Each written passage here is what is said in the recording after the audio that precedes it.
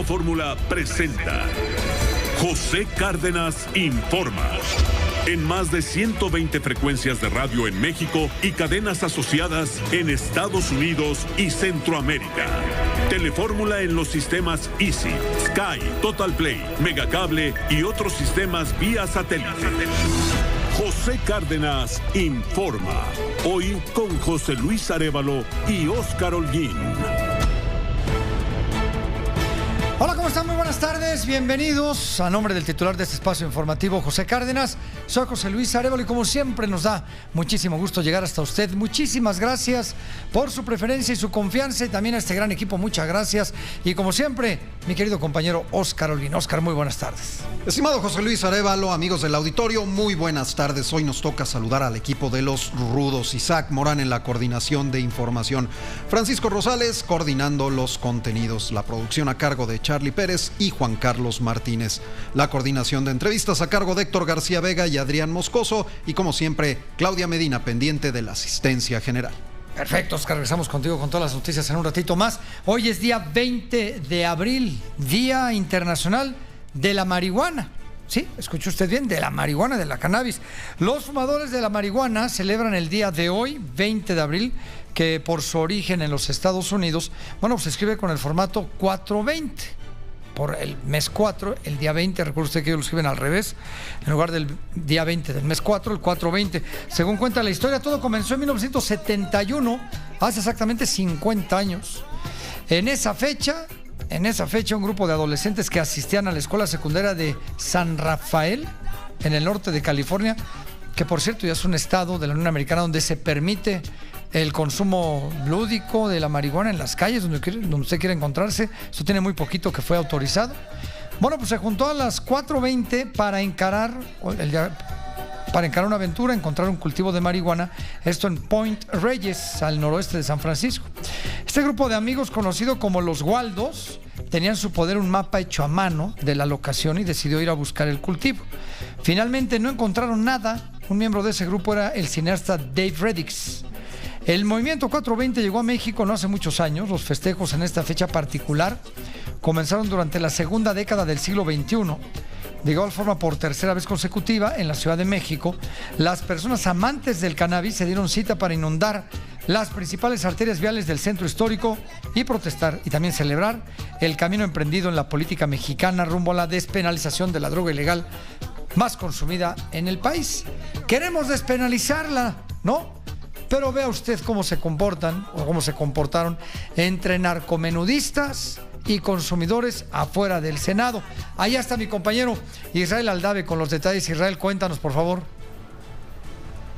Con gusto, José Luis, ¿qué tal? Gracias, muy buenas tardes. Y justamente en el marco de este Día Internacional de la Marihuana, sin más preámbulo, vamos a observar en las imágenes de nuestro compañero Cristian Ramírez lo que ocurre justamente aquí a las afueras de la Cámara Alta. Según las cifras oficiales, son cerca de 5,000 los jóvenes consumidores de la marihuana quienes se dan a cita en este festival, así lo han llamado, en el cual exigen al Senado de la República que de una vez por todas ya se apruebe la ley para despenalizar el consumo de la cannabis, pendiente desde hace 3 años aquí en la Cámara Alta. Con este festival, José Luis, que podemos observar en las imágenes de Cristian Ramírez, pues por supuesto que regresaron los narcomenudistas a este parque Luis Pasteur, justamente ubicado en las esquinas de Reforma e Insurgentes, dos de las avenidas más importantes de la capital del país. La cámara de Cristian Ramírez, José Luis, logró captar cómo en unos momentos pues estos jóvenes hacían la transacción ilícita. De una bolsa de ellos pues sacaban las bolsitas de marihuana, mientras que el otro de su cartera sacaba un billete de 200 pesos, como lo podemos observar en estas imágenes grabadas en exclusiva, José Luis, como te lo comento. Vamos a ver justamente cómo este joven con una gorra y una cangurera en el hombro, pues ahí cuenta justamente las bolsitas de marihuana que le vende a otra persona. Este otro joven saca de su cartera el billete de 200 pesos con el cual compra el producto. Y es que vale la pena resaltar, José Luis, que a pesar de esta congregación, que justamente estos jóvenes consumidores y vendedores de marihuana aprovechan que las autoridades de los 3 órdenes de gobierno se hacen de la vista gorda, porque está prohibido, de acuerdo a la actual legislación, consumir y mucho menos vender marihuana en plena vía pública. Tan ha sido los enfrentamientos que se han dado entre estos jóvenes narcomenudistas o dealers, como también se les conoce, que incluso también hace unos cuantos momentos, José Luis, se dio pues un conato de enfrentamiento entre estos. Esto por supuesto provocó un verdadero caos y una estampida que también podemos observar en estas imágenes exclusivas que logramos obtener. Vamos a ver justamente, José Luis, pues cómo se da esta estampida de jóvenes huyendo del enfrentamiento entre narcomenudistas. Esto por supuesto poniendo en riesgo su integridad física. Vemos ahí cómo pues corren despavoridos estos jóvenes huyendo del enfrentamiento entre estos jóvenes vendedores de la marihuana. Justamente, José Luis, en estos momentos al interior del Senado de la República continúa la sesión de este grupo, de este cuerpo colegiado. Justamente, José Luis, pues hasta dentro del salón de plenos llega el fuerte olor a marihuana. Esto, por supuesto, los mismos activistas en favor de la legalización, de la despenalización de la cannabis, han dicho que si no son escuchados, por lo menos los senadores de la República los van a oler. Y vaya que los están oliendo, y todos los que los encontramos aquí, justamente en esta sede legislativa de Reforma e Insurgentes, en donde el fiestón y el narcotianguis pues van a continuar las próximas horas. Y vale la pena resaltar, José Luis, que las autoridades ni de federales, ni de la Ciudad de México, y mucho menos de la delegación Cuauhtémoc, pues se brillan por su ausencia, José Luis, mientras vemos todo este tipo de desmanes que se registran en este festival en favor de la legalización del consumo de la marihuana. O sea, no hay detenidos ni por la venta, ni por el consumo, ni por el zafarrancho, ¿no?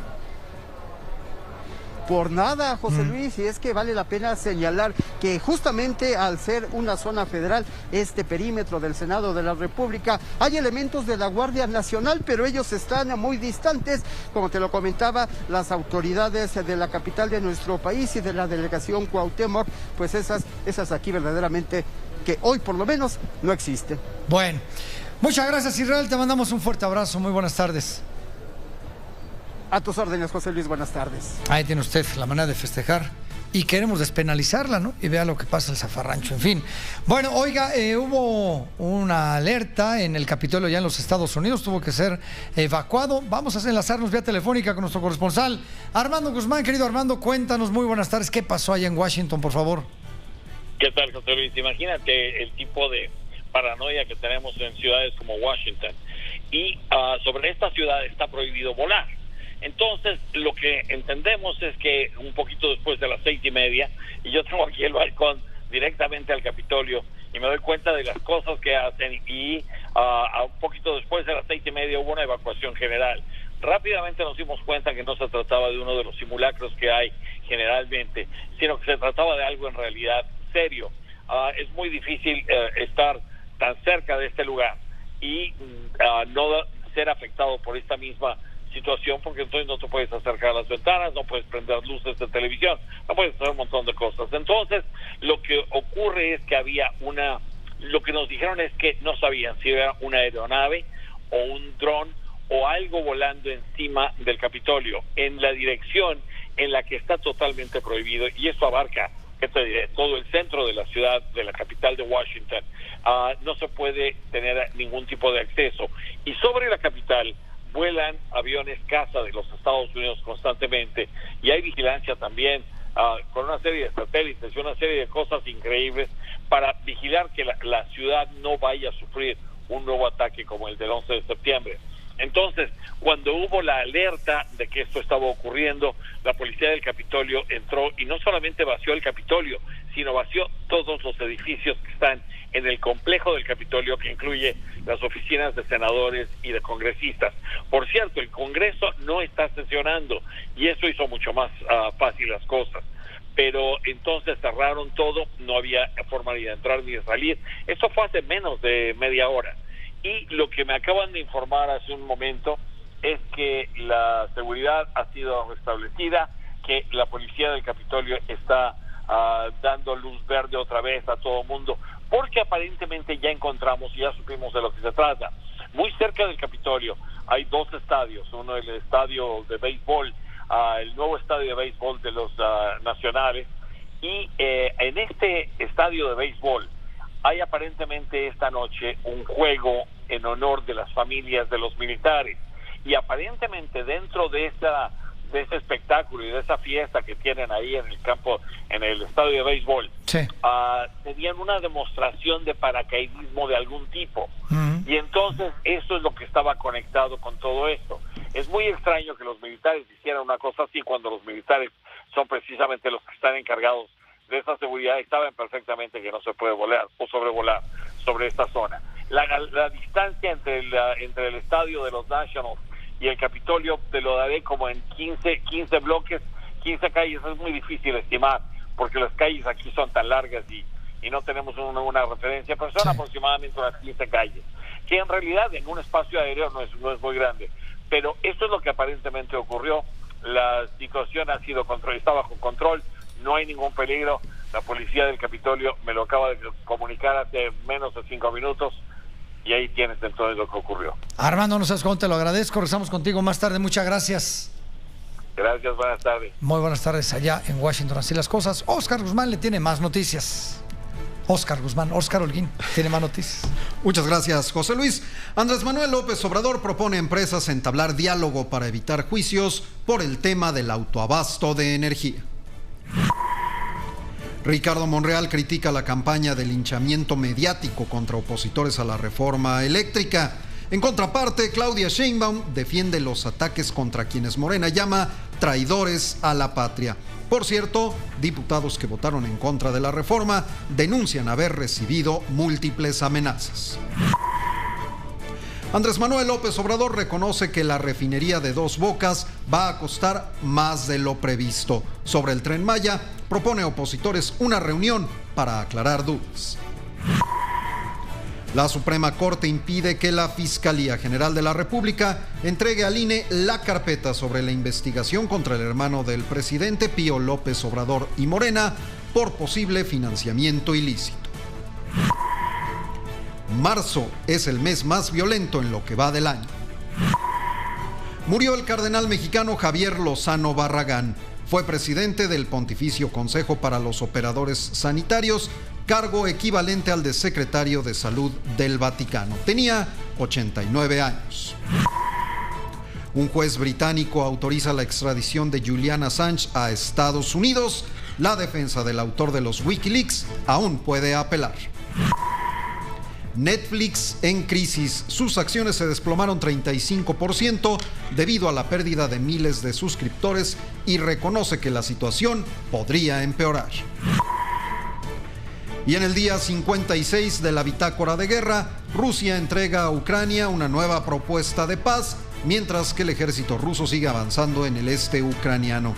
La ONU pide ser recibida por Moscú y Kiev. En tanto, ya van más de 5 millones de refugiados por el conflicto y Rusia prueba un nuevo misil que asegura Vladimir Putin hará reflexionar a los adversarios. Ahí está la información, señor Óscar Holguín. Muchas gracias, Óscar. Y ya estamos listos con la información deportiva porque hay mucho que platicar con usted. Alfredo Domínguez Muro y los tacos por delante. Querido Alfredo, qué gusto saludarte. Muy buenas tardes. José Luis, yo no sé si sea cábala, ¿eh? Mañana arranca la Liga Mexicana de Béisbol y ya está lloviendo. Sí. Entonces, sí. La Liga Mexicana, y antes arrancaba en marzo y llovía.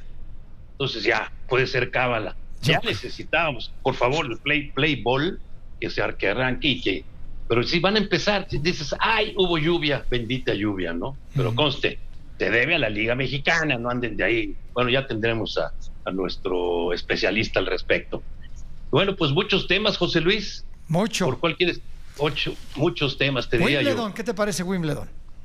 Mira, vamos a poner contexto, si te parece. El contexto es que Wimbledon, los Grand Slams, Roland Garros, Wimbledon, Estados Unidos en el US Open, y por supuesto el Abierto de Australia, no son torneos de la ATP, no son torneos de promotores. Por ejemplo, el Abierto Mexicano de Tenis pertenece al grupo de Alejandro Burillo, a Mextenis.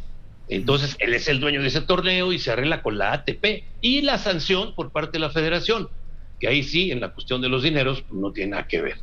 En este caso, los 4 Grand Slams, lo mismo que la Copa Davis y la Copa Billie Jean King, pertenecen a la Federación Internacional de Tenis. Cuando ya un día platicaremos, cuando vino la secesión de los profesionales, es con lo que se quedó la Federación Internacional de Tenis. De ahí el tema Piqué, que platicábamos algo ayer con Pepe, pero bueno, son otros temas.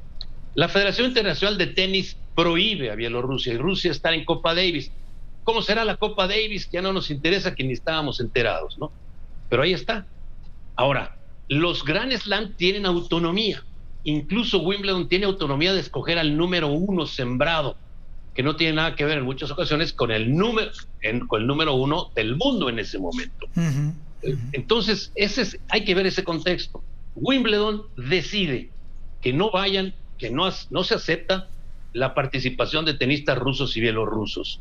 Y aquí se va desde Dani Medvedev, el aspirante a regresar al número 1 del mundo, como por ejemplo Vika Azarenka, ¿no? La bielorrusa. Yo creo que hay un total de 20 entre hombres y mujeres top 50, y el torneo va a ser dañado, desde luego. Pero lo que se busca aquí es la visibilización del genocidio. Y bueno, quizá yo lo hablo en primera persona porque mi esposa es ucraniana y cada video que llega es una mala noticia. Pero quizá lo vea yo, pero ahora sí me quito esa cachucha y te digo, esto es así, la visibilización. Alguien me decía hoy en la mañana, platicando sobre esto, acerca de, bueno, pero en otras cosas, por ejemplo, el Comité Olímpico Internacional, cuando retira al Comité Olímpico Ruso y todas sus federaciones, después de Sochi 2014, que fue ahí en Rusia, le retira de toda competencia olímpica, es a nivel individual y es además a nivel federaciones, y la postura está ahí, les dice, bueno, ustedes pueden asistir siempre que demuestren que están limpios. Y pues ni la mitad lo demostraron, ni lo han demostrado, como diría don Teofilito. En este caso es otra circunstancia diferente. La ATP acepta y la WTA aceptan jugadores que no vayan bajo la bandera de su país. Esa es la diferencia. Entonces, no es una decisión unilateral. ¿Esto qué significa? En otras palabras, mi querido José Luis, que tampoco van a ir al US Open. Sí, claro, se quedan fuera. Te lo digo en este. Ahora, Roland Garros está por decidir, en eso está. Pero tienen autonomía a pesar de pertenecer a la Federación Internacional de Tenis. Sí. ¿Es doloroso? Sí. Pero tienes que admitir y tienes que aceptar que ese es tu país, al que estás representando, el gobierno que representas, y te lo pongo en otro caso de otra de mis pasiones, que es la ópera. Ana Netrebko, lo sabes tú, quizá la soprano entre el top 5 del mundo de las sopranos, está fuera de todos los conciertos de la Scala de Milán, de todos los conciertos de verano. Pero hay otras rusas y otros rusos que sí están asistiendo. Lo que pasa es que Ana Netrebko ha tenido una gran cercanía visible en los conciertos de la Plaza Roja, por ejemplo, directamente con Vladimir Putin. Entonces, es uno por uno, ¿no? Mira, lo único que aunque ya es otro tema, pero quiero comentarlo contigo, que no estoy de acuerdo, es cuando Estados Unidos ha invadido otros países, nunca han recibido castigos. Y cuando Israel ataca a los palestinos, tampoco. Pero bueno, dicen que la historia la hacen los vencedores, y ahí te lo dejo, porque ya ves que yo he estado en algunas guerras, y cuando fue la invasión a Irak, yo quiero ver a un estadounidense castigado, pero bueno, ya, eso será otra conversación, querido Alfredo. Oye, un reloj de 300,000 euros que te lo roben, ¿no? A ver, entiendo que yo no sabía que, perdón mi ignorancia, José Luis.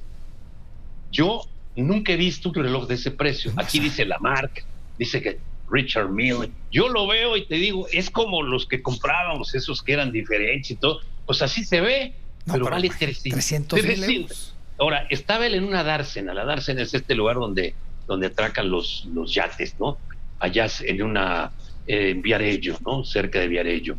Y llegaron aficionados y empezaron a platicar con él y tal. Ahora, ¿cómo no sintió él en la muñeca que se le caía? Vamos, que se le quitaba. Primero, ¿para qué lo traes, no? Claro. Bueno, eso es cosa de él. Segundo, ahí viene la bola de aficionados, se toman las selfies, y alguien, yo no dudo que imagínate la capacidad del que se lo robó. No, bueno, yo no sé qué hacía el señor Leclerc. Para las personas que nos están escuchando y que no tienen así el tipo de cambio, 6,300,000 pesos cuesta el reloj.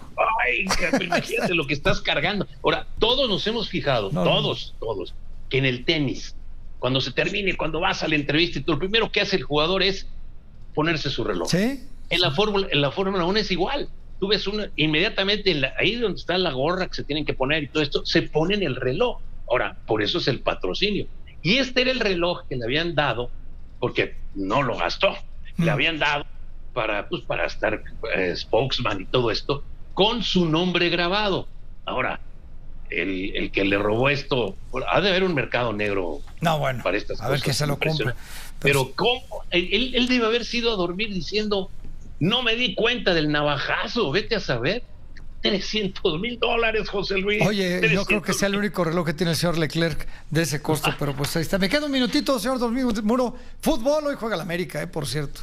Digo rápidamente, bueno, pues, así para. Ahí estamos comprimiendo la liga porque hay que recordar que rápidamente va a empezar el otro torneo. ¿Sí? Oye, pues el niño Leaño nos está demostrando que le prestaron un Ferrari que lo chocó por todos lados y le puso pláster. Que es el sustituto, mira, pues, va ganando 2 partidos así, 2 partidos ahí. La derrota del equipo de Tigres y el América, vamos a ver, ¿no? Porque están funcionando bien los relevos, ¿no? Pues ya la gran racha de Chivas de 2 seguidos y el equipo de América 5 sin perder. Bueno, pues tranquilo con tu América, va con el León. ¿Sabes qué me da gusto de todo esto, querido Alfredo? Que podemos voltear a ver entrenadores nuevos sin tanto nombre y hacen buen papel, ¿no? Sí, y por sin duda. Ahora, ¿hasta dónde les alcanza? Vamos a ver. Ese es el punto, vamos a verlo. Pero por lo pronto, a 3 fechas, tu América se está metiendo a la si hoy fuera la repesca, jugaría contra Chivas. Así es, un clásico en la repesca. Don Alfredo Domínguez Muro, siempre es un honor y un gusto. Lo mismo te digo, José Luis, un abrazo. Muchas gracias, Alfredo Domínguez Muro, y los tacos por delante. Bueno, vaya clima, ¿no? Está fresca las mañanas, luego está haciendo mucho más calor, después vienen las lluvias. ¿Qué va a pasar en las siguientes horas? Saludamos con gusto al ingeniero Alberto Hernández Unzón. Ingeniero, qué gusto saludarlo. ¿Cómo va a estar el clima en las próximas horas? Para que nos cuente, porque entre vientos fuertes, entre lluvias, cuéntenos cómo va a estar. Muy buenas tardes. El día de hoy, temperaturas muy elevadas por arriba de 30 grados centígrados en la mayor parte del territorio nacional. El fuerte impulso de corrientes verticales más la inestabilidad y la humedad estarán originando el desarrollo de sistemas de tormentas eléctricas con el riesgo de granizadas en 3 zonas: Coahuila, Nuevo León y Tamaulipas. La segunda, Hidalgo, Tlaxcala, Puebla, Veracruz y el Valle de México. Y la tercera, Querétaro, Guanajuato, Michoacán y Oaxaca. El día de hoy, Ciudad de México, 28 grados centígrados con el incremento de nublados y potencial de tormenta eléctrica y granizo. Monterrey, 32 grados centígrados. Muy buenas tardes. Gracias, ingeniero, muy buenas tardes. Así el clima en las próximas horas. Oscar.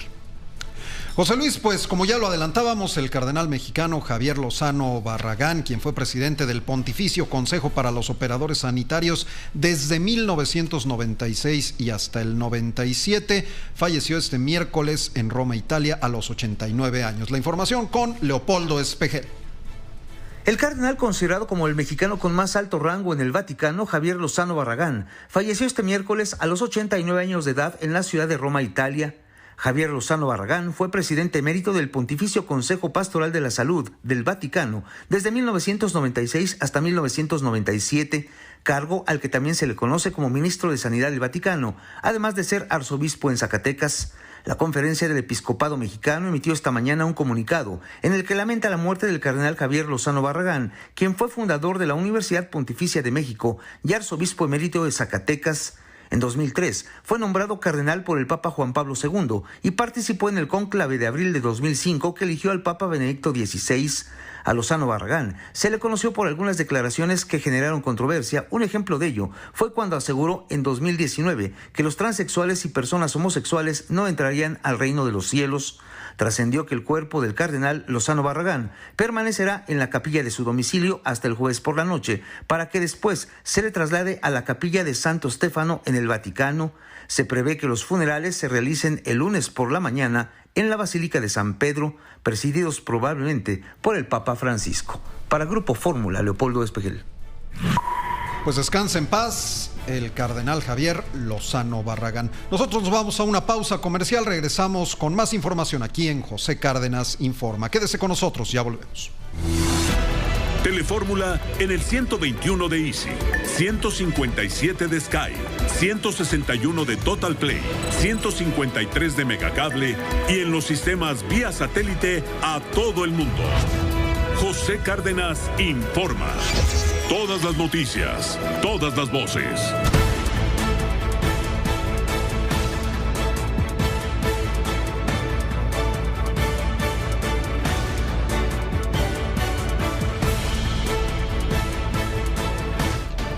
José Cárdenas Informa. Todas las noticias, todas las voces. Bueno, pues tal y como fue anunciado, fíjese, desde antes de que se llevara a cabo esta votación en la Cámara de Diputados por la reforma eléctrica, en la que abiertamente se dijo, se va a exhibir a aquellos diputados que voten en contra de la propuesta del presidente López Obrador. Se anunció y se ha venido cumpliendo. Y creo que a los propios diputados vamos a tener la oportunidad de platicar en un momentito más con Jorge Triana, pero los diputados ya se sienten amenazados y aseguran que han sido atacados públicamente por haberse mostrado, en contra de la propuesta del presidente López Obrador. La jefa de gobierno de la Ciudad de México, Claudia Sheinbaum, dice estar totalmente a favor de que exhiban a los diputados que votaron en contra de la reforma eléctrica. Y dice, y que la ley o quien tenga que actuar, pues que lo haga. Raquel Flores tiene los detalles de lo que declaró la jefa de gobierno. Adelante, Raquel, por favor. Sí, José Luis, ¿cómo estás? Muy buenas tardes. Este mediodía la jefa de gobierno, Claudia Sheinbaum, se manifestó a favor de que sean exhibidos las diputadas y diputados de la oposición que votaron en contra de la reforma eléctrica del presidente Andrés Manuel López Obrador el domingo pasado, porque dijo que el pueblo debe saber quiénes son los que traicionaron a la patria. Aseguró que la decisión de algunos legisladores fue fortalecer la presencia de empresas transnacionales frente a la soberanía nacional para resarcir el daño que provocó la reforma eléctrica de 2013 y sin afectar a los privados, por lo que sí es una traición al desarrollo nacional, a la patria y a la nación. Así lo dijo. Yo creo que sí hay que saber, la ciudadanía tiene que saber quién es su diputado que votó en contra de la nación. Entonces eso es un tema político y de difusión, de un asunto político, no tiene nada que ver con otra cosa. Pero no se ponen en riesgo. O sea, sencillamente se está mostrando quién es el diputado que traicionó a la patria. En entrevista, José Luis, luego de encabezar la presentación del programa Constructores de Paz en la alcaldía Gustavo Amadero, la mandataria local negó que la campaña que anunció el presidente de Morena, Mario Delgado, de mostrar estos rostros de los legisladores a quienes consideran traidores a la patria en los 6 estados donde habrá elecciones para que la población lo tome en cuenta al momento de votar el próximo 5 de junio, se trate de una persecución política y ponga en riesgo su integridad. Lo que sí es que lamentó el asalto que sufrió la diputada del PAN, María Josefina Gamboa Torales, el martes en Paseo de la Reforma, y rechazó que esto tenga que ver con su participación del domingo en la Cámara de Diputados, como la propia legisladora lo denunció. Así lo dijo. Lamentamos que haya tenido este asalto la diputada del PAN, pero por supuesto que no estamos de acuerdo y es falso, absolutamente falso, que este lamentable asalto que tuvo pues tenga que ver con un asunto político. Ahora sí que revolver cosas que no son. Finalmente, José Luis, la jefa del Ejecutivo local insistió que esta puesta, pues sí, en evidencia de estos legisladores, pues no es un tema de juicio político, simplemente de que los ciudadanos pues vean, consideren quiénes son los que han traicionado a la patria. Así lo dijo. Yo no veo ninguna persecución política, es un partido político que está señalando quiénes son los diputados que considera que son traidores a la patria. Eso es lo que está ocurriendo. Pues así lo que dijo hoy la jefa de gobierno, Claudia Sheinbaum, quien se suma a esta campaña para exhibir a legisladoras y legisladores que votaron en contra de la reforma eléctrica. José Luis, el reporte que te tengo. Muchísimas gracias, Raquel, muy buenas tardes. Buenas tardes. Y en sentido opuesto a lo que dice la jefa de gobierno, los diputados que votaron en contra de la reforma eléctrica denuncian que han recibido audios a través de WhatsApp y redes sociales con amenazas incluso hasta su vida. Vamos con Maru Rojas.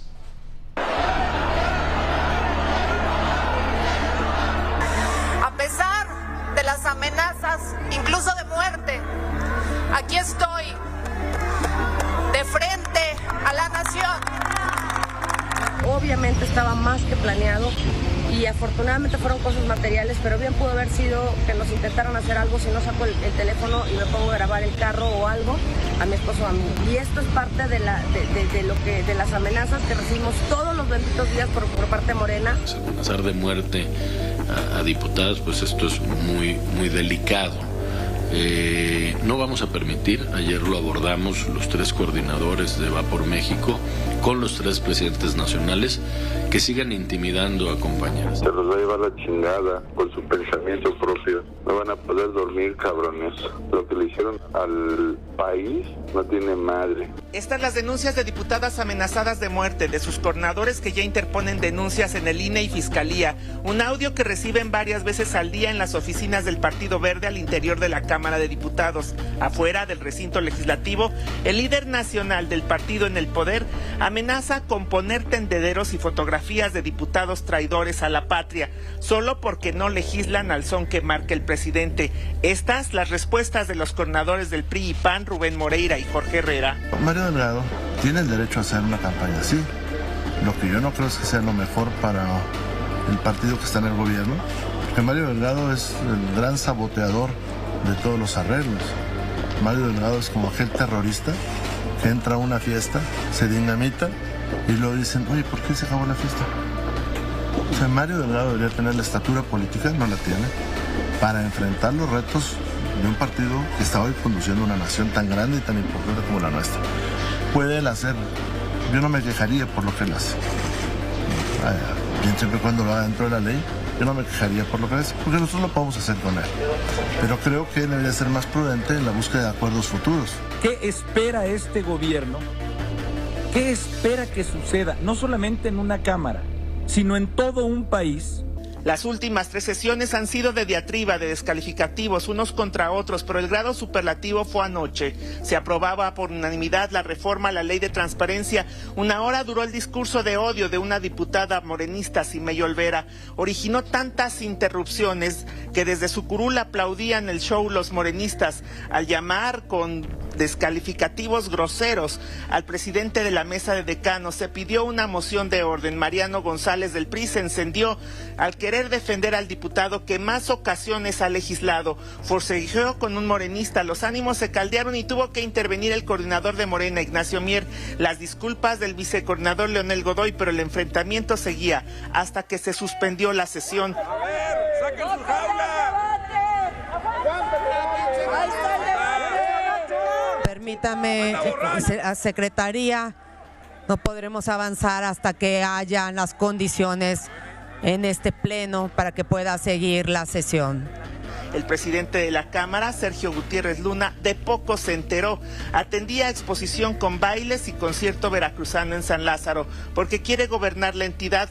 Solo recibió una denuncia que dijo ya atiende el jurídico, la de la diputada panista Josefina Gamboa, asaltada en Reforma, como la escuchamos al inicio, en muy planeadas condiciones. Todo lo que se ha denunciado a la presidencia hasta el momento es un incidente que tuvo una diputada. En la mañana, presuntamente un asalto, se está investigando, se le apoyó, yo me comuniqué con ella personalmente y le di las garantías que se le va a dar seguimiento a esta investigación. Todas y todos los diputados siempre contarán con la protección y todo el apoyo desde la presidencia de la Cámara, sin duda alguna. El coordinador de los morenistas que insultan y amenazan, así minimizó los ataques. Y que cada quien asuma su responsabilidad. Si agrede o transgrede la ley, que asumen también las consecuencias. No, tampoco no hay que maximizar. No hay que maximizar, no maximizar. Ayer dije hay que serenarse. Amor y paz. Por eso, amor y paz, pero es un llamado. Amor y paz.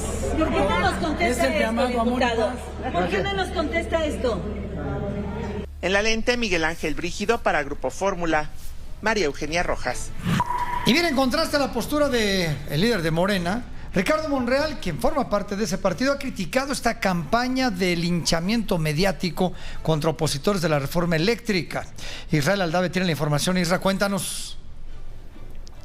Sí, con gusto, José Luis, te saludo ya en estos momentos desde este patio principal del Senado de la República, en donde hoy los legisladores de oposición y de Morena encabezaron un fuerte debate por esta campaña que ustedes ya señalaban, campaña de linchamiento en contra de los legisladores de oposición que votaron el pasado domingo en contra de la aprobación de la ley eléctrica. Ricardo Monreal, José Luis, tú muy bien lo adelantabas, el líder de los senadores de Morena dijo no compartir pues esta idea, este impulso que se ha dado a dicha campaña desde la dirigencia de su partido. Incluso afirmó que en nuestro país lo que necesita en estos momentos es la reconciliación y no el enfrentamiento estéril.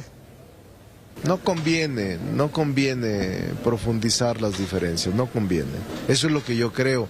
Como líder de la mayoría hago un llamado a que actuemos con mucha serenidad y prudencia.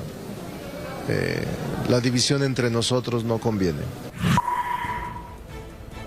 Allí está, José Luis, actuar con serenidad y prudencia, lo que dice también el presidente de la Junta de Coordinación Política, quien también hace una recomendación a los integrantes del Movimiento de Regeneración Nacional, no menospreciar a la oposición, negociar y trabajar con ellos, porque el pasado domingo, reconoce, quedó más que demostrado que son necesarios para sacar, en este caso, cambios constitucionales.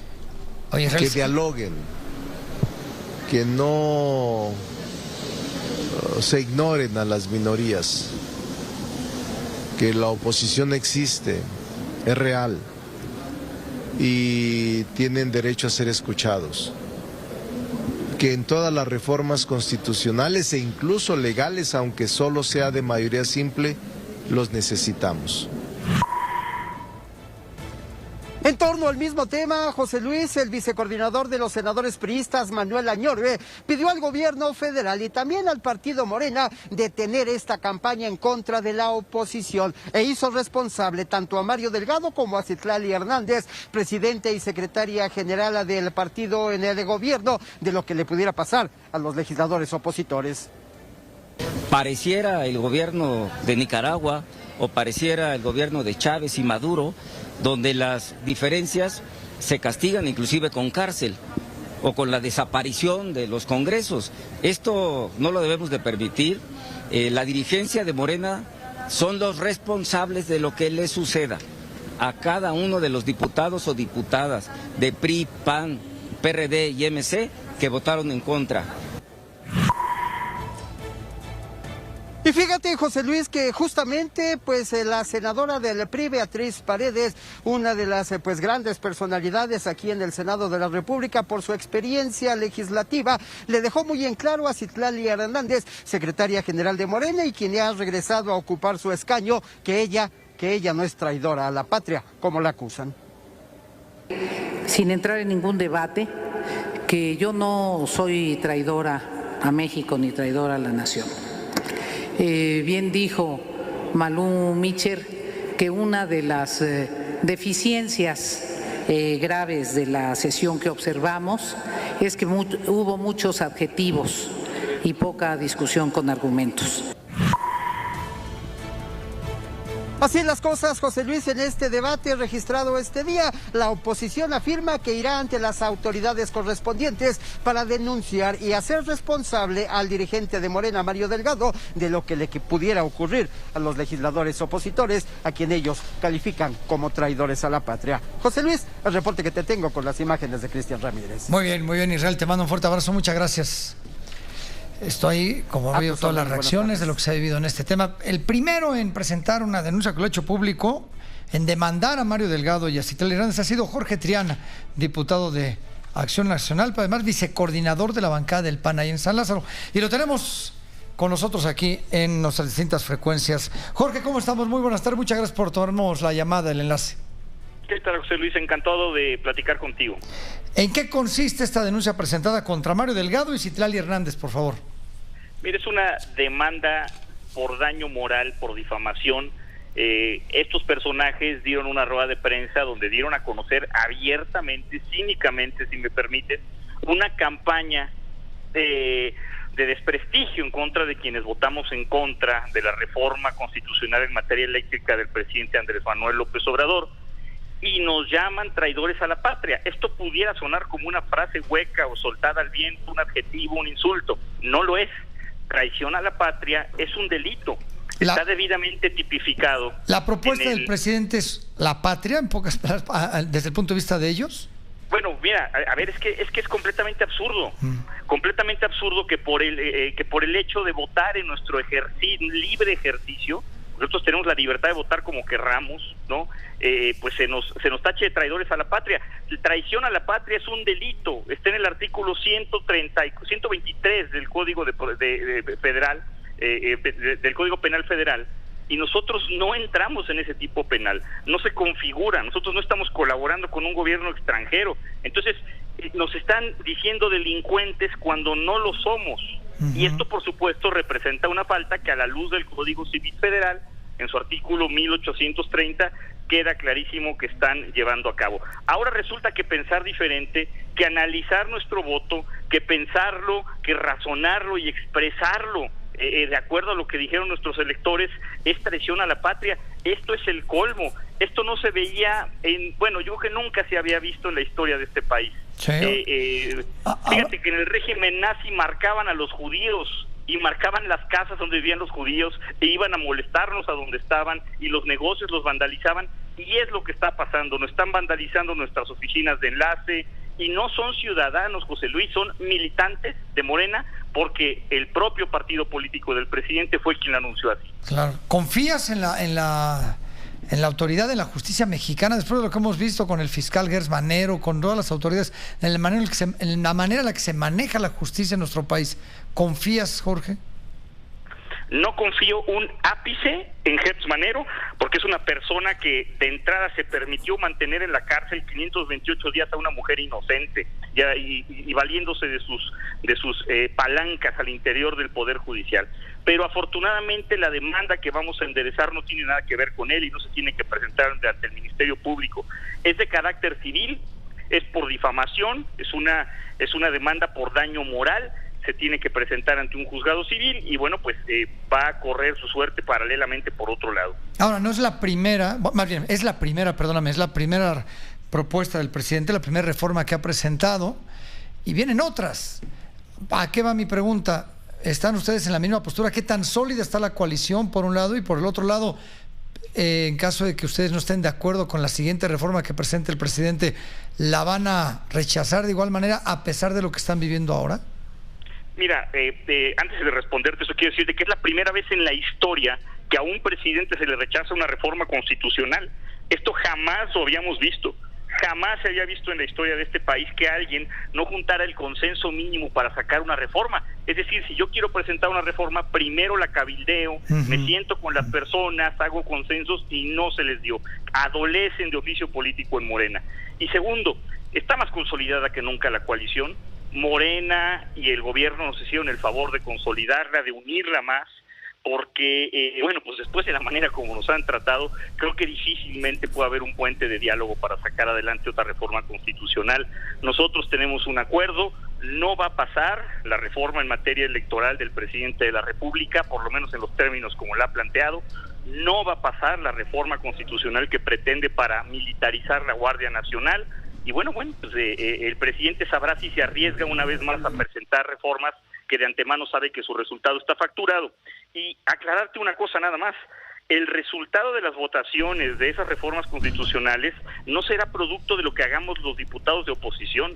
Eso se definió desde junio del año pasado, cuando la gente le dio a los partidos que gravitan alrededor de López Obrador 20 millones de votos y a los de oposición nos dio 23 millones de votos. La gente se expresó en las urnas y dijo: presidente, no queremos que muevas una coma en la Constitución, y estamos cumpliendo con eso. Otros diputados, Jorge, como tú, van a presentar también demandas. Sí, ya he visto que anuncian, algunos sí serán denuncias penales. En mi caso es una demanda, insisto, civil por daño moral, porque ya ha habido agresiones. Tenemos el caso de un diputado que el teléfono personal, el de su casa, lo circularon entre los militantes de Morena y le están llamando cada 2 minutos. Mira, nosotros estamos abiertos a que cualquier ciudadano en uso de su derecho nos reclame lo que sea. Para eso nos rentamos, ahora sí que para eso estamos aquí. Pero no vamos a permitir un ataque desde el poder como lo estamos viendo, una persecución desde el gobierno y desde el partido del gobierno. Querido Jorge, qué gusto saludarte, muchas gracias por habernos tomado la llamada, un fuerte abrazo. Abrazo, José Luis, muchas gracias a ti. Muchas gracias, Jorge Triana, diputado del Partido de Acción Nacional y vicecoordinador además de la bancada del PAN ahí en San Lázaro. Así están las cosas con estas amenazas. Vamos a un corte y volvemos con más. Internet, josecardenas.com, grupoformula.com.mx, Twitter, @JoséCárdenas1, @radio_fórmula, Facebook, /José Cárdenas.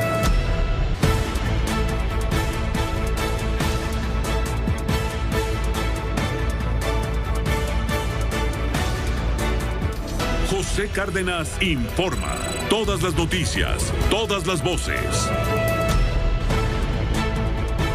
Y como todos los miércoles, es un gusto que esté con nosotros Diego Fernández de Ceballos, el jefe Diego, desde su bitácora de la Resistencia. Jefe Diego, qué gusto saludarlo.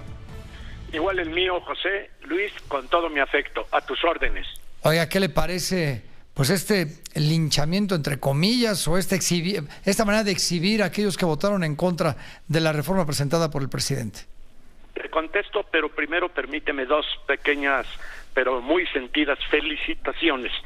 Una de ellas para la Alianza Va por México, el PAN, PRI, PRD y Movimiento Ciudadano, porque respondieron puntualmente a lo que muchos millones de mexicanos le hemos venido exigiendo.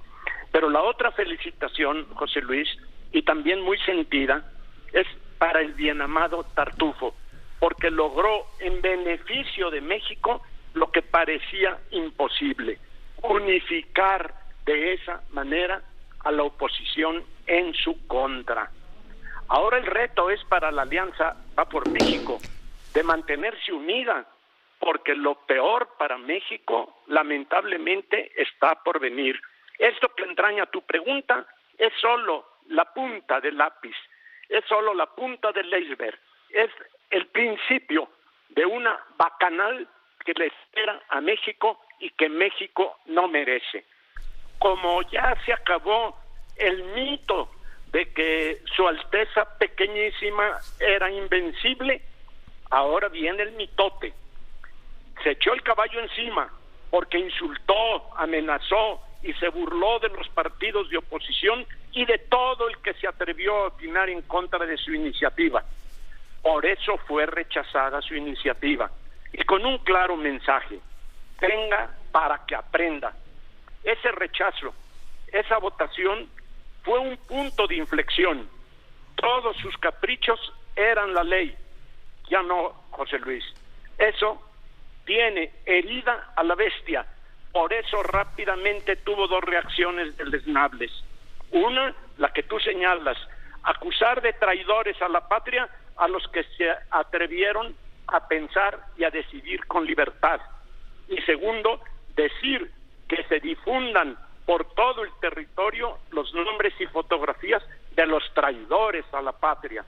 Y la segunda bellaquería es que procesó rápidamente con sus fieles a ciegas una ley secundaria para, según él, nacionalizar el litio y pasar a la historia como el patriota nacionalizador. Lo cierto es, José Luis, que no pudo nacionalizar lo que desde hace más de 100 años, desde la Constitución del 17, está nacionalizado. Lo que está haciendo es crear un monopolio sin sustento constitucional para la exploración, extracción y explotación del litio. Pero eso no es nacionalizarlo. Lo que sí implica es una violación de sátrapas el acusar y linchar públicamente a quienes piensan diferente al bien amado Tartufo y que han cometido el imperdonable delito de ejercer con libertad sus funciones como legisladores. Acusar de traidores a México a sus opositores es una perversidad inconmensurable que fatalmente incendia la pradera. Por eso los partidos de oposición y los millones, muchos millones de mexicanos que somos opositores a este gobierno, debemos unirnos para evitar en lo posible que sigan las fechorías de este enfermo mental que está probado que es de alta peligrosidad. Jefe Diego, usted como buen abogado, una pregunta rápidamente. ¿Es traición a la patria? ¿Qué dice la Constitución legalmente? ¿Es traición a la patria ir en contra de lo que decida o de lo que desee el Ejecutivo?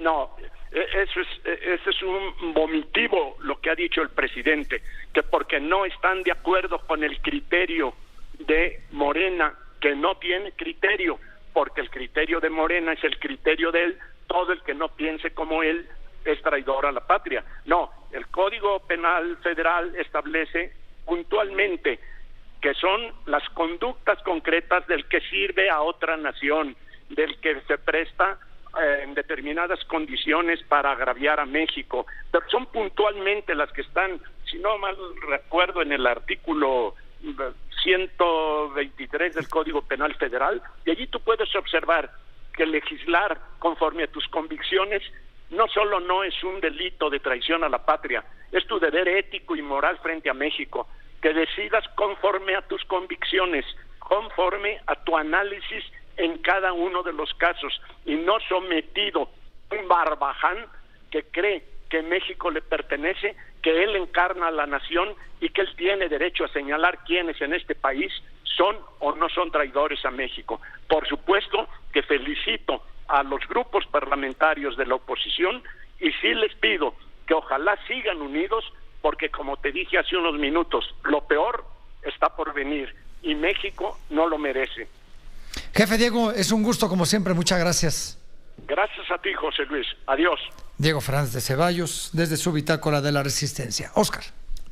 José Luis, luego de que se dieran a conocer audios en donde Jorge Emilio González difunde comentarios misóginos y denigrantes en contra de Laura Fernández, la candidata al gobierno de Quintana Roo por parte de los partidos PAN y PRD, esta mujer, Laura Fernández, ya interpuso una denuncia contra el Partido Verde por violencia política de género. Estuvo acompañada de los líderes nacionales de estos partidos, PAN y PRD, en donde además hace responsable a Jorge Emilio González de lo que pueda sucederle a ella o a su familia. Interpuso la denuncia ante la Autoridad Electoral del Estado y en conferencia de prensa desde la sede nacional del PRD aquí en la Ciudad de México, la alerta de los dirigentes nacionales fue también contra el encono que el país engendra luego de que el líder del partido en el Poder Federal, Mario Delgado, siguiendo órdenes de Palacio, difundiera fotografías, carteles con letrero de Se Busca, acusando de traidores a la patria a los legisladores que votaron en contra de la reforma eléctrica. Momento de hacer un corte comercial, regresamos con más, quédese con nosotros, que volvemos. Su opinión es importante. Twitter, @José Cárdenas 1. Facebook, José Cárdenas.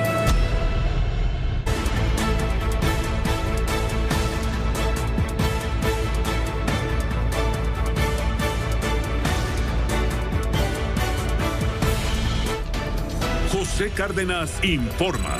Todas las noticias, todas las voces.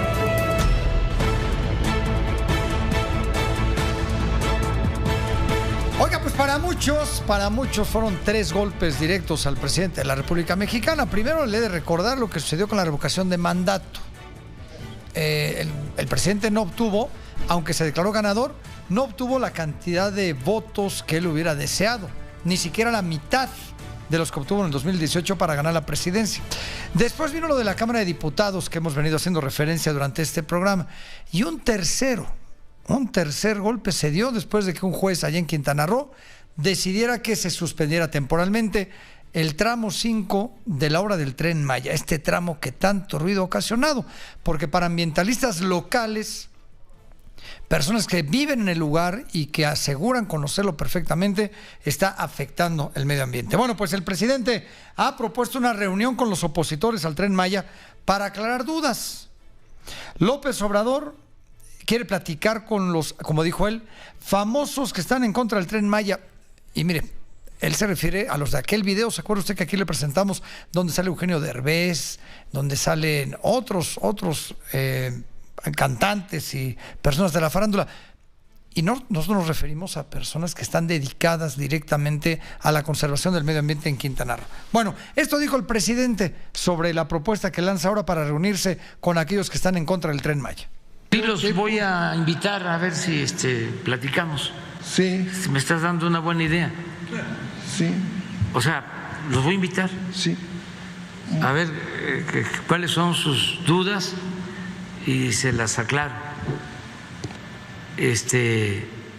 A ver si aceptan, ¿no? Porque es desconocimiento, o sea, no es mala fe. Pues los que ya levantaron la mano para esta reunión son justamente ambientalistas, activistas, celebridades y otras personas que participan en esta campaña que lleva como nombre Sálveme del Tren, y aceptaron la invitación del presidente para hablar del tema. Sin embargo, le pidieron que ese diálogo sea justamente en la zona afectada, es decir, allá donde está construyéndose este tramo 5 del Tren Maya, el famoso tramo 5. En la línea telefónica le agradezco muchísimo que esté con nosotros Arturo Islas. Él es naturalista y activista y justamente muy implicado en este tema. Arturo, qué gusto saludarte. Muy buenas tardes. Muy buenas tardes. Gracias por la invitación a este espacio en donde pues hay oportunidad de que nos escuche tanta gente y poder seguir pues con esta campaña que ha sido pues todo un reto para todos nosotros, ¿no? Esa campaña Sálvame del Tren. A ver, Arturo, que la reunión sea aquí en Palacio Nacional o que sea allá justamente en Quintana Roo. Mira, honestamente creo que sería muy poco inteligente de ambas partes que se vuelva un capricho de en dónde tiene que ser la reunión. Para nosotros es prioritario y hay un consenso, si no sería democracia, de todos los que estamos involucrados, sobre todo que en este gran movimiento de Sálvame del Tren tenemos científicos, espeleólogos, biólogos. No, nada, son las caras que vieron en esos videos donde estuvimos, ¿no? Porque ahí está también la cara de Rodrigo Bedellín, quien es importantísimo para el Instituto de Ecología de la UNAM, la cara de Roberto Rojo. Pero nada más salgo yo y Natalia Lafourcade y Eugenio. Creo que impulsamos la voz, pero a veces sí cuesta trabajo convencer a los medios para que se den cuenta que no son los famosos que están ocupados, sino son una bola de expertos chingonazos del tema que están preocupados y ocupados. Yo ya fui al tramo 5 y la verdad es que sueño con ver a Andrés Manuel López Obrador con un casco, con una lámpara y que le enseñemos ese mundo, ¿no? Porque bueno, pues sí es muy bonito Tenosique, Tabasco, y es muy bonito las comunidades que él ha recorrido, pero las cavernas, los ríos subterráneos a ese nivel con los pozos, es un mundo que queremos enseñarle a Andrés Manuel y sabemos que la naturaleza ahí nos protege y hace que todos tengamos sensatez en lo que vamos a platicar, discutir. Ahora, el presidente asegura que son ustedes los que no saben de cómo está el lugar. No, pues que vaya, que suba su video allá adentro, no que no, ya no vamos a discutir cómo se compró al ejido de Jacinto Pat y cómo estas personas que aparecen en un video de contestación de hace tiempo son personas que siempre estuvieron en contra, pero cuando les brillan a un ejido completo más de 100 millones de pesos, a veces pasa desapercibido.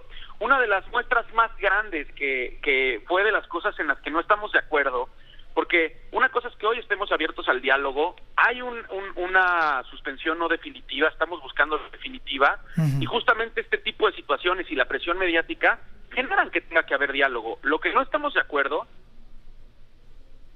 ¿Sí, Arturo? Pero se me fue un poquito, se me está cortando la comunicación. Arturo, a ver, vamos a tratar de... Permítame un segundito, estamos tratando de recuperar, se nos cayó la comunicación porque la línea empezó a fallar. En un segundito recuperamos esta llamada con Arturo Islas para comentarle el punto de vista. Que mire, para usted que me está escuchando, hay algo que importante de destacar. ¿Ya lo tengo? ¿Ya te tengo, Arturo? Aquí estoy. Ahora sí. Estoy justo en la selva, pero bueno, te decía que lo que no estamos de acuerdo es que existe esta confrontación, esta violencia desde la mañanera, desde un presidente hacia llamarnos pseudoambientalistas. Lo que te decía de Jacinto Paz, ¿no? El hacer un video con gente que ya recibió ese dinero y entonces ya estoy de acuerdo. Nosotros no es un tema de lana. Queremos seguir diciendo que es hasta algo delicado, ¿no? La difamación que hubo sobre nosotros de que alguien nos pagó, legalmente se puede hasta proceder. Nadie nos pagó, pero preferimos el diálogo. Oye, queremos salvar ese tramo. Dime. Ahora, por cierto, corrígeme si estoy equivocado, no es estar en contra del Tren Maya, es estar en contra de que no hay una planeación, un proyecto adecuado y podría ir la vía por otro lugar. ¿Estoy en lo correcto o es realmente...? Eso es importantísimo lo que acabas de mencionar. Sélvame del Tren, y voy a poner como estos nombres que los medios han, porque bueno, son como los más conocidos, ¿no? Eugenio, Natalia Lafourcade, yo mismo, Arturo Islas Allende, Rubén, Bárbara Mori, Roberto Rojo, todos estos rostros que se reunieron en este video, ninguno, si ves los videos, estamos en contra del proyecto, estamos a favor de que se apoye a las comunidades. Era totalmente absurdo estar en contra del proyecto. Estamos en contra que se lo hagan brincándose las trancas, brincándose los estudios. Si ustedes analizan las entrevistas de Andrés Manuel López Obrador desde campaña, desde que dijo que haría ese proyecto, hasta el día de hace poco, siempre dijo que se iba a ir por los derechos de vía. ¿Por qué es importante los derechos de vía? Porque están un poco más pegada a la carretera federal, a una zona donde el piso es mejor, donde esa carretera sí tuvo estudios de impacto ambiental, y otra cosa que es la más importante, se negaron a irse sobre ese tramo de la carretera federal, Playa del Carmen, Cancún y todo este pedazo, porque a los españoles, dueños de hoteles que han explotado la península desde hace muchísimos años, consorcios españoles, ¿no?, de estas grandes compañías, no quisieron ceder 20 metros de la entrada, o sea, de la federal, cuando tienen para el fondo muchísimos kilómetros y además tienen frentes de mar que han privatizado, ¿no? Han escondido que todos lo pueden usar, pero no. La gente de ahí no puede entrar a la playa y van los guardias y no puedes entrar aquí cuando la playa es libre. Se han adueñado de México y encima no quisieron el tren ahí porque iba a afectar sus fachadas. Te cuento algo, José Luis. Fui seleccionado porque nuestro grupo, porque tenemos un grupo digital donde estamos todos los involucrados en Sélvame del Tren, democráticamente se eligió que yo fuera parte de los que tuvieran que ir a la junta con Fonatur, y fuimos con Javier May, que es el director hoy en día de Fonatur. Nos sentamos en la junta, nos explicaron su proyecto, había arqueólogos, geólogos, gente del INA y gente de su equipo. Hubo diálogo, platicamos. Cuando Javier May se levanta y se va porque no llegamos a ningún arreglo, básicamente no nos pudo contestar ninguna pregunta, solamente hablarnos de los beneficios comunitarios, y le dijimos, es que no nos hablen de beneficios comunitarios, estamos de acuerdo con esos beneficios. ¿Por qué no se fueron por los derechos de vía? ¿Por qué le prefirieron dar gusto a los españoles, no? Todo el tema es que si ellos se hubieran ido por los derechos de vía de la carretera federal, hubieran tenido que pelear litigios de 3 o 4 años, lo cual que Andrés Manuel ya no le daba el tiempo para que en 2023 pudiera esos trámites. Cuando se va Javier May, se queda una investigadora muy importante que no voy a quemar, no voy a dar su nombre, no se vale, ella sabe quién es. Nos les acercamos yo y Roberto Rojo y le preguntamos, ¿por qué cambiaron improvisadamente ese tramo? Sí. Poca madre que se fueron por la selva. Y dijo, por lo que tú dijiste, Arturo, porque los españoles nos mandaron por allá, porque sería un problema de 3 años o 4 años de litigios pasar por sus fachadas. Ya, qué cabrones, ¿no? Perdón por la palabra a todo el público. Estos cuates españoles que se han hecho millonarios no pueden ceder un pedacito y no pueden meter un poquito sus millones a que sus fachadas queden bonitas y apoyar al gobierno de México. Y luego la segunda, oye, investigadora, ¿y por qué trabajar en este proyecto si se está haciendo este daño? Porque estoy tratando de resolver lo más que pueda. Pero te quiero decir una cosa, Arturo y Roberto. Hoy tuve que parar el tramo 2 veces porque me topé con 2 hoyos negros y tuvimos que darle la vuelta. ¿Qué pasa con eso, José Luis? Deforestan, así como deforestaron el Camellón de Cancún, Playa del Carmen, que ya no hay ni un árbol, lo deforestaron, quitaron ahí cerca de 15,000 árboles, unos exageran, dicen que 30,000, pero son entre 15,000 y 20,000. Lo mismo están haciendo con la selva, deforestan tramos, encuentran que hay una caverna y dicen, no, démosle la vuelta. Encuentran que hay una caverna, démosle la vuelta.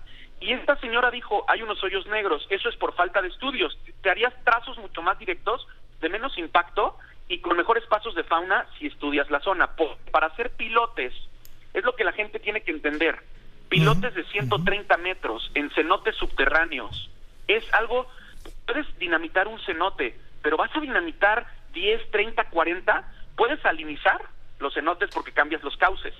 Claro, o sea, claro. intercambia agua salada por agua dulce. Y ya lo más duro de lo que sucedió fue cuando la investigadora nos dijo antes de irnos, yo me acuerdo que me salí a echarme una cerveza con Roberto, nos dijo, Arturo, si esto no cambia, si no hay buenas ideas del ejército, si no sacrificamos terriblemente los cenotes dinamitando y cosas, se avecina, dijo, no se puede, se avecina un gran accidente.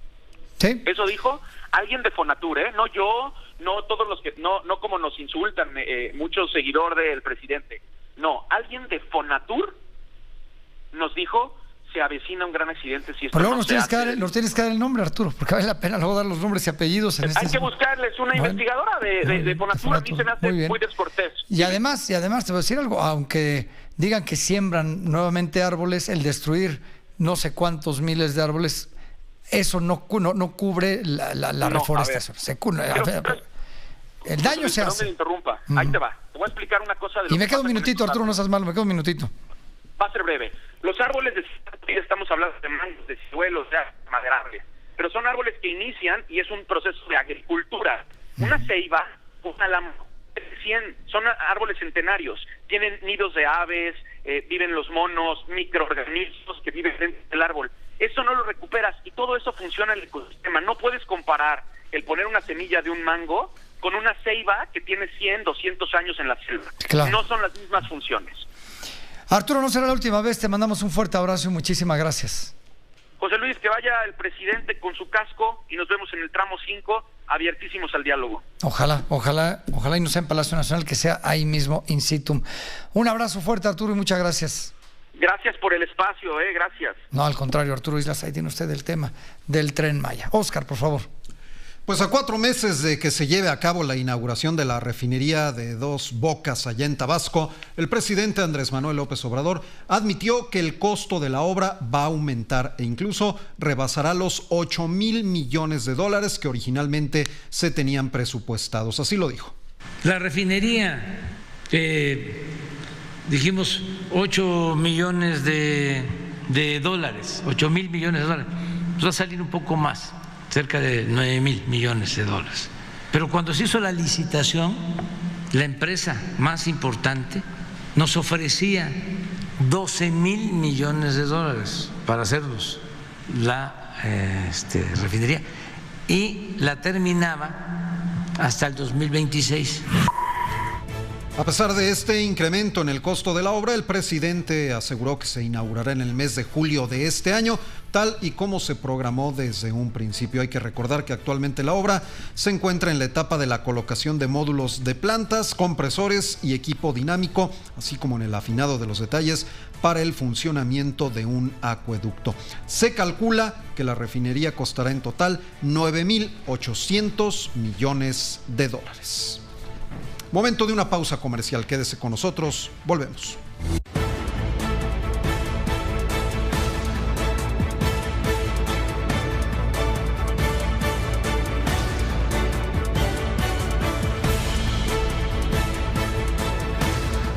José Cárdenas informa. Todas las noticias, todas las voces.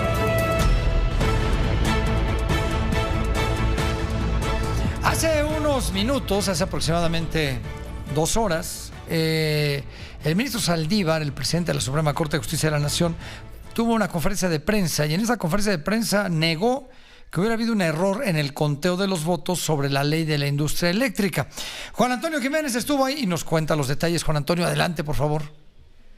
Gracias, muy buenas tardes. Al hablar sobre la discusión de la ley de la industria eléctrica, el ministro presidente de la Suprema Corte de Justicia de la Nación, Arturo Saldívar, señaló que ha habido mucha controversia y se ha repetido muchas mentiras interesadas para descalificar un proceso judicial. Dijo que no se vale tratar de engañar a la opinión pública y mentir para deslegitimar a cierta parte de la Corte, porque además estos esfuerzos son muy peligrosos. Agregó que la Suprema Corte ha sido desde hace muchos años un tribunal que defienda los derechos humanos de todas las personas, Atrás de estos grupos, además de lo político electoral, es evidente que también hay grupos antiderechos que pretenden debilitar al garante de los derechos humanos de México para poder eventualmente generar una revisión de los derechos de las mujeres, las minorías, los colectivos sexuales, las personas con discapacidad y de tantos temas más en los que se ha venido avanzando. Dejó en claro que después de 7 veces de preguntar, el ministro José Luis González Alcántara Carrancá dijo que su voto era por la validez.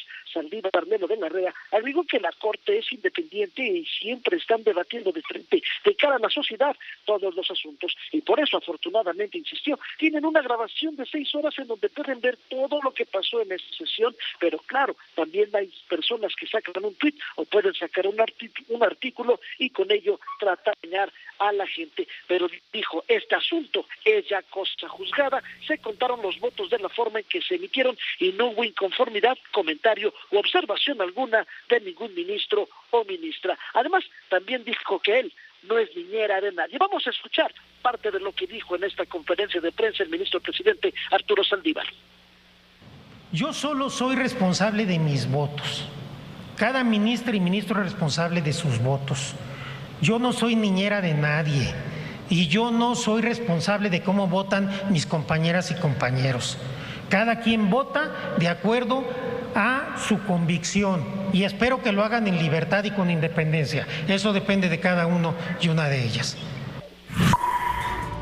Y bueno, José Luis, también habló el ministro presidente Arturo Saldívar de que será el próximo miércoles cuando visite a más de 300 mujeres que han solicitado precisamente su presencia en el penal de Santa Marta, Acatitla, y bueno, pues ya veremos si la prensa lo puede acompañar en esta ocasión que yo la calificaría como histórica. Y por último también adelantó que será la próxima semana, en próximos días, cuando tenga ya una junta con la jefa de gobierno de la Ciudad de México para que el Instituto de la Defensoría Pública Federal pueda también atender los casos que hay aquí en la capital y puedan ayudarnos con todas las personas que lo requieren. Es el reporte que les tengo. Muchas gracias, Juan Antonio.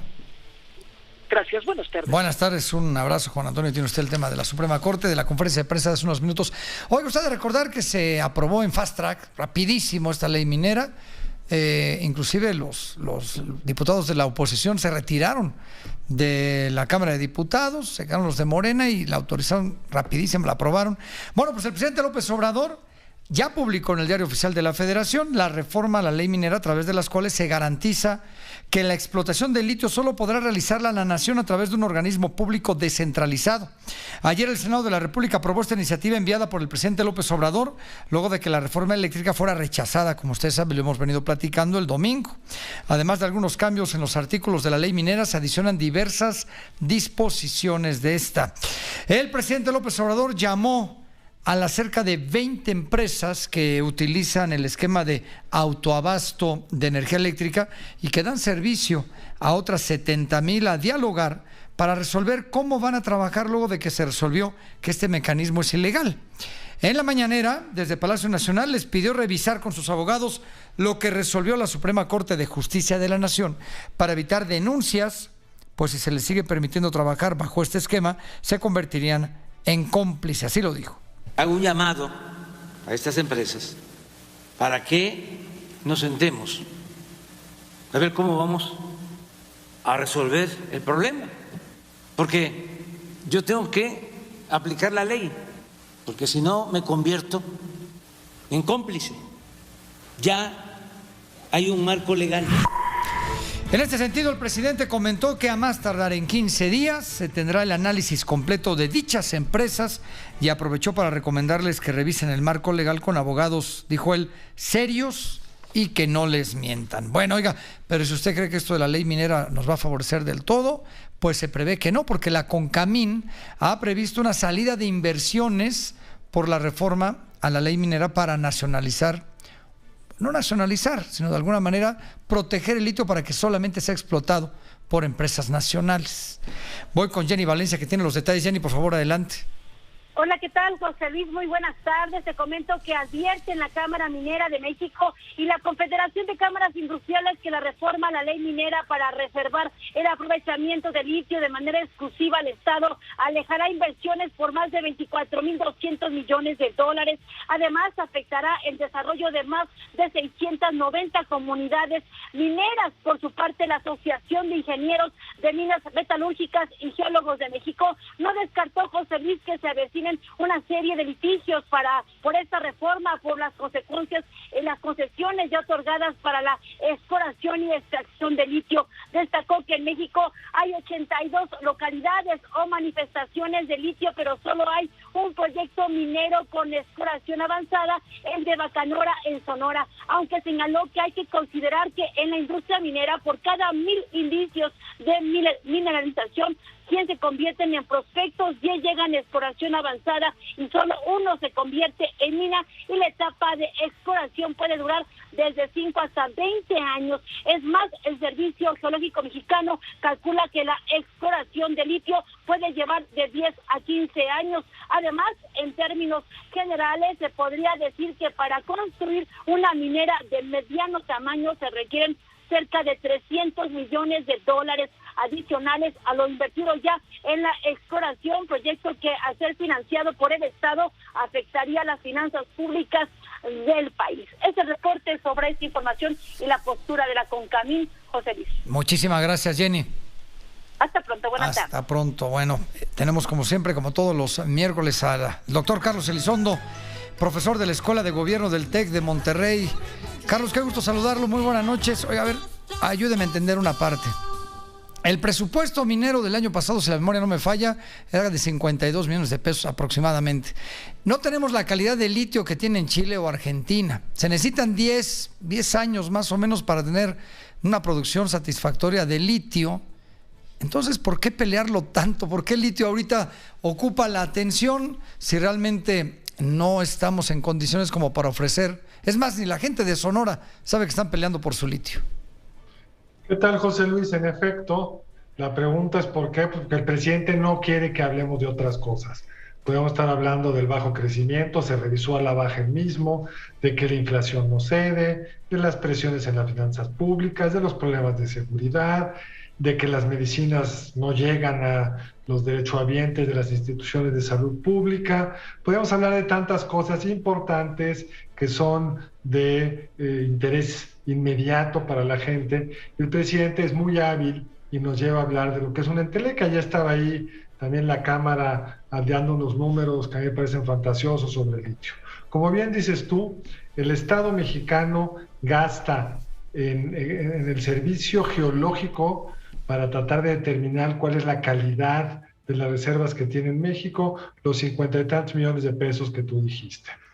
Ya tuvimos una experiencia, José Luis, de tratar de volver un mineral estratégico solo de la nación, el uranio, con López Portillo, se creó la empresa Uramex y hoy México no extrae uranio como resultado de eso, siendo que hasta donde entiendo pues teníamos reservas más o menos decentes de uranio y había un cierto potencial ahí. Se quedó reservado al Estado y ahí quedó. Bolivia, Chile y Argentina son los países de América del Sur que tienen las mejores reservas de litio frente a las nuestras gigantescas.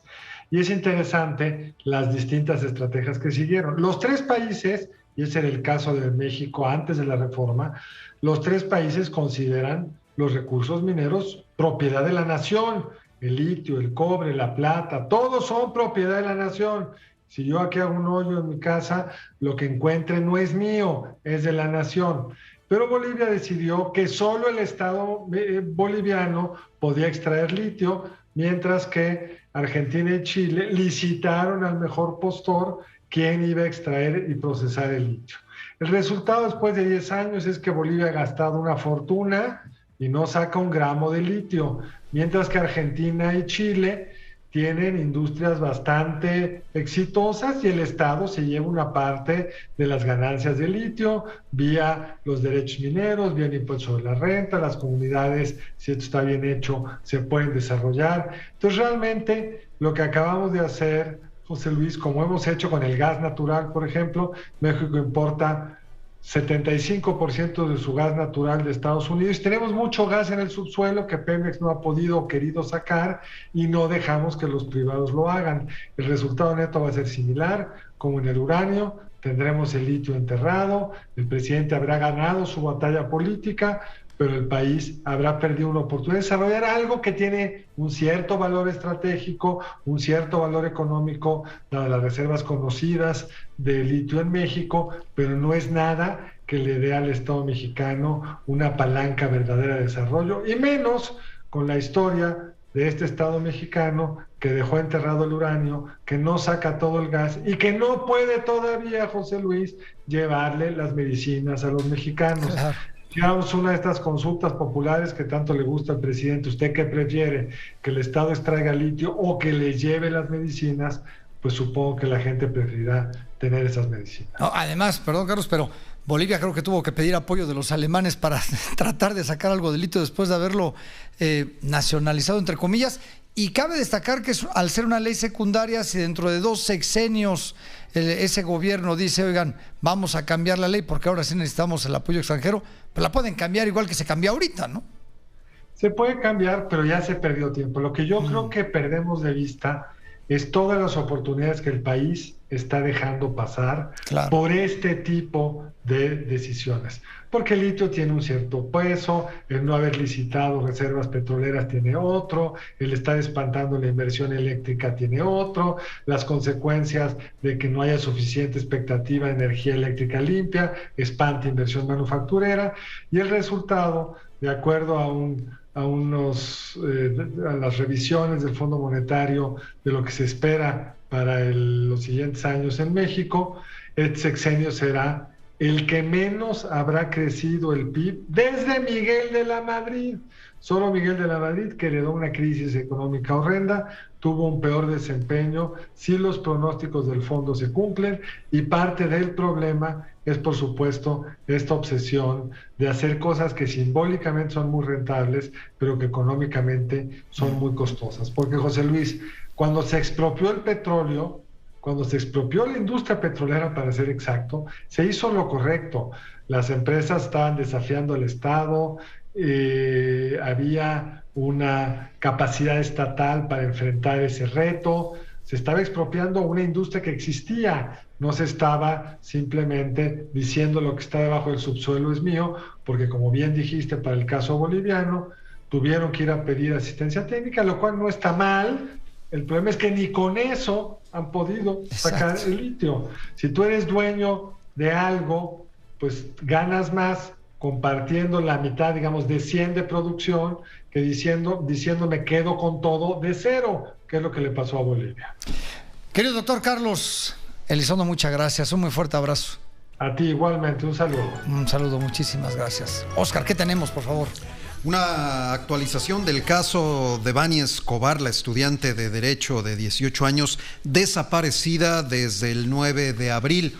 Las autoridades de Nuevo León ampliaron la búsqueda de esta chica hacia un terreno baldío aledaño al motel Nueva Castilla, esto es en la carretera Laredo en Escobedo.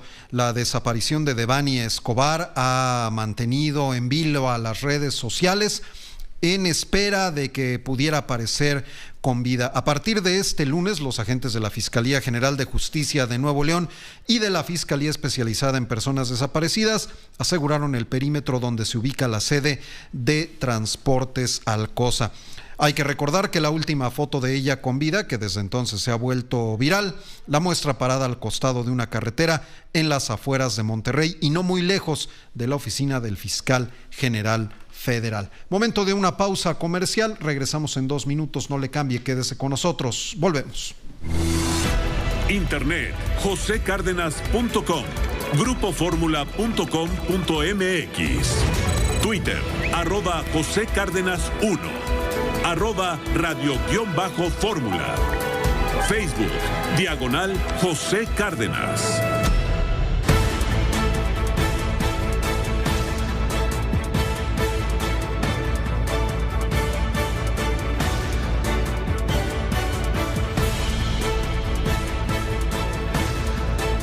José Cárdenas informa. Guerra en Ucrania. Día 56 de la guerra entre Rusia y Ucrania, de la invasión rusa en Ucrania. El gobierno ruso ya entregó por escrito su nueva propuesta de negociación con Ucrania, y es que a pesar de los desencuentros, tras un efímero éxito del encuentro de Estambul de finales de marzo, los contactos continúan.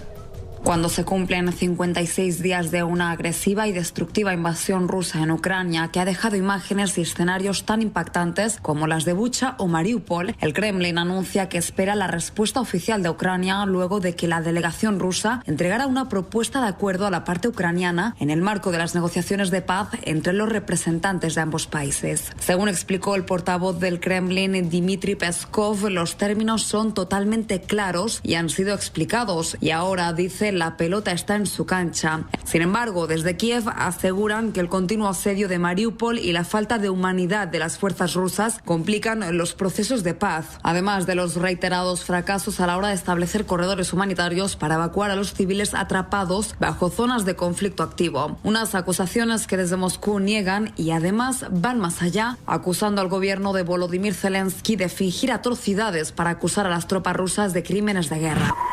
No obstante, las tropas rusas continúan su avance en el este ucraniano. La pequeña localidad de Kremina se ha convertido en la primera ciudad en caer en manos rusas en su nueva ofensiva en el Donbass. Las tropas invasoras han intensificado sus ataques en todo el este de Ucrania y se espera que los combates aumenten en los próximos días en su avance hacia Kramatorsk, uno de los centros militares estratégicos de Ucrania. Mariupol, mientras tanto, resiste con dificultad. El Ministerio de Defensa de Rusia lanzó un nuevo ultimátum a las tropas ucranianas atrincheradas en la planta de Azovstal. Ofrecen un alto el fuego si éstas deponen las armas. El que quiere servir ya de mediador directamente en el terreno es Antonio Guterres, el secretario general de la ONU, quien ya pidió que sea recibido tanto en Moscú como en Kiev. El secretario general ha enviado cartas a los presidentes de Rusia y Ucrania para que le reciban en Moscú y Kiev. El secretario general dijo que en este momento de gran peligro y consecuencia le gustaría debatir las medidas urgentes para lograr la paz en Ucrania y el futuro del multilateralismo basado en la Carta de las Naciones Unidas y el derecho internacional, explicó su portavoz Stefan Dujarric.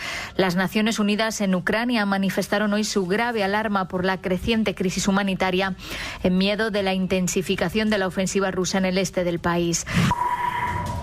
Bueno, Mariupol sigue siendo uno de los lugares más devastados por la guerra. Siguen saliendo miles de ucranianos día a día por estos bombardeos, por esta invasión luego de 2 meses de guerra. En las últimas 24 horas se registraron 20,000 nuevas salidas que elevan el total de refugiados a poquito más de 5 millones de personas.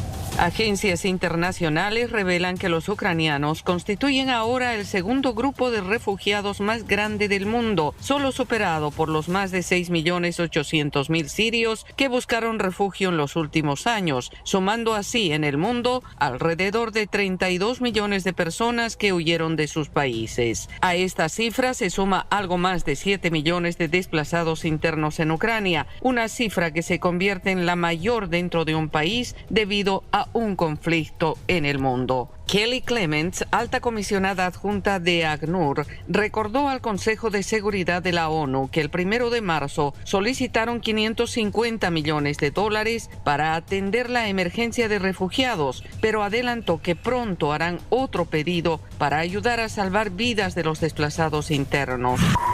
El presidente del Consejo Europeo, Charles Michel, visitó de manera sorpresiva Kiev, la capital ucraniana, y afirmó que tarde que temprano las sanciones también afectarán el petróleo y el gas rusos.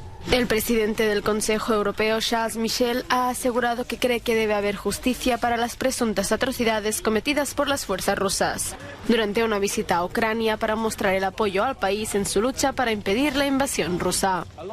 Charles Michel se ha desplazado a Borodianka, una pequeña ciudad a las afueras de Kiev, donde ha sido testigo de los actos cometidos por las fuerzas rusas. Son atrocidades, son crímenes de guerra. Deben ser castigadas, serán castigadas. Deben pagar por lo que han hecho. Y luego de que se rompiera una reunión del grupo del G20, el G20 de los países más poderosos del mundo, el presidente Putin, una vez más, enfrentó a los líderes estadounidenses y europeos. Las Fuerzas Armadas de Rusia han probado con éxito este miércoles el misil balístico intercontinental Sarmat, llamado a ser una pieza clave del arsenal armamentístico de Moscú y con capacidad para alcanzar objetivos en toda Europa y alcanzar incluso territorio de Estados Unidos. El Ministerio de Defensa ruso ha informado que el Sarmat fue lanzado a las 15:12 hora local desde un cosmódromo en la región de Arcángel, en la zona noreste de Rusia. El proyectil completó con éxito todas sus fases según la versión oficial recogida por la agencia de noticias Interfax. Una vez completada la fase de ensayos, el Sarmat pasará a formar parte de las fuerzas de misiles. El presidente ruso Vladimir Putin ha advertido de que el Sarmat puede sortear todos los sistemas de defensa actuales. En este sentido, ha asegurado que no habrá una tecnología similar en mucho tiempo. Así es, parte de guerra entre Rusia y Ucrania. Oscar, ¿qué tenemos? Más noticias internacionales. Un juez británico autorizó la extradición de Julian Assange, el fundador de Wikileaks, a los Estados Unidos. La extradición de Julian Assange a Estados Unidos para enfrentarse a cargos de espionaje ha sido formalmente aprobada este miércoles por un juez de la Corte de Magistrados de Westminster. Assange estuvo presente en la corte a través de una videoconferencia desde la prisión de alta seguridad de Belmarsh y permanecerá en prisión preventiva mientras continúa el proceso. El caso relacionado con las publicaciones de su portal Wikileaks pasará ahora a manos del gobierno británico para que tome una decisión, y será la ministra del Interior, Priti Patel, la que decidirá si concede la extradición. Los abogados de Assange tienen 4 semanas para presentar alegaciones a Patel y también pueden intentar apelar ante el Tribunal Superior. Internet, josecárdenas.com, grupoformula.com.mx, Twitter, @JoséCárdenas1, @radio_fórmula, Facebook, /José Cárdenas.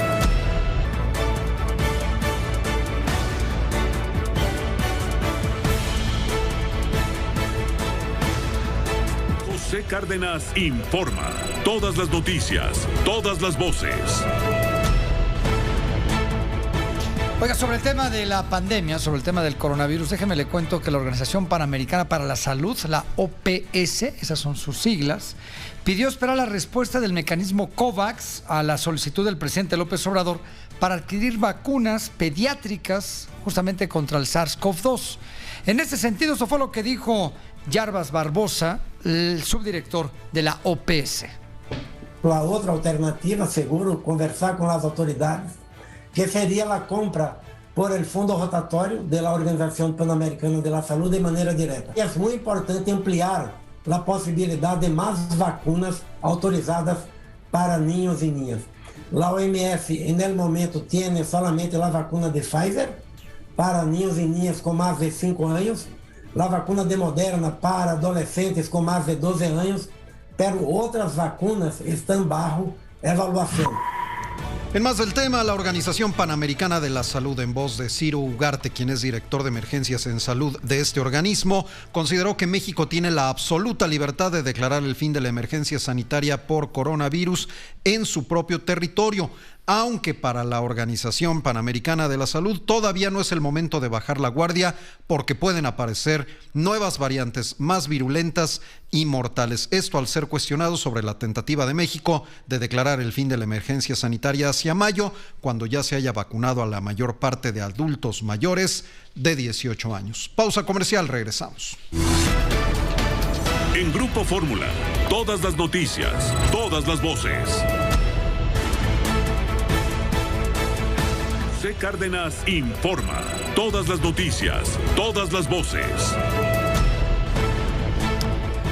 Bueno, pues nos vamos, querido Oscar, muchísimas gracias. José Luis Arévalo, amigos del auditorio, excelente noche de miércoles. Y ya saben, no le cambie porque a continuación en estas frecuencias sintoniza la Fórmula Financiera con los periodistas Mari Carmen Cortés, Pepe Yuste y Marco Antonio Mares, y en Telefórmula Leonardo Curcio. A nombre del titular de este espacio informativo, José Cárdenas, soy José Luis Arévalo. Pásela muy bien y nos escuchamos mañana.